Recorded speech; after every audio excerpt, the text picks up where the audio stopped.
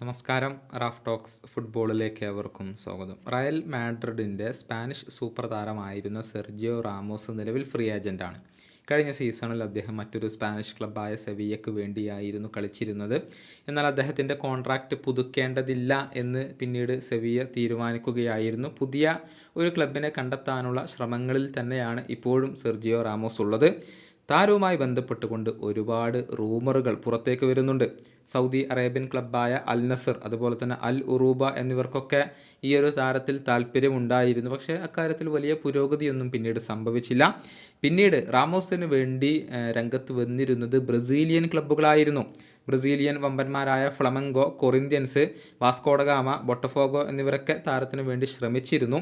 എന്നാൽ താരം ആവശ്യപ്പെടുന്ന സാലറി അത് വളരെ ഉയർന്നതാണ്. അതുകൊണ്ട് തന്നെ കൊറിന്ത്യൻസ് ഒഴികെയുള്ള 3 ക്ലബ്ബുകളും താരത്തിന് വേണ്ടിയുള്ള ആ ഒരു ആവശ്യങ്ങളിൽ നിന്നും ഇപ്പോൾ പിൻവാങ്ങിയിട്ടുണ്ട്. അവരുടെ ഓഫറുകളൊക്കെ സെർജിയോ റാമോസ് നിരസിക്കുകയാണ് ചെയ്തിട്ടുള്ളത്. കൊറിന്ത്യൻസ് ഇപ്പോഴും താരത്തിന് വേണ്ടി ശ്രമിക്കുന്നുണ്ട്. പക്ഷേ ബ്രസീലിലേക്ക് പോവേണ്ടതില്ല എന്നാണ് സെർജിയോ റാമോസിൻ്റെ ഒരു തീരുമാനം. മറിച്ച് അമേരിക്കൻ ലീഗിലേക്ക് പോകാനുള്ള ഒരു ശ്രമങ്ങളായിരിക്കും ഇനി അദ്ദേഹത്തിൻ്റെ ഭാഗത്തുനിന്നുണ്ടാവുക. അമേരിക്കൻ ക്ലബ്ബായ സാൻ ഡിയേഗോ എഫ്സിക്ക് റാമോസിൽ താല്പര്യമുണ്ട്. അദ്ദേഹം ആവശ്യപ്പെടുന്ന സാലറി നൽകാൻ തയ്യാറായി കഴിഞ്ഞാൽ തീർച്ചയായും MLS-നെ റാമോസ് തിരഞ്ഞെടുക്കും എന്നുള്ളതാണ്.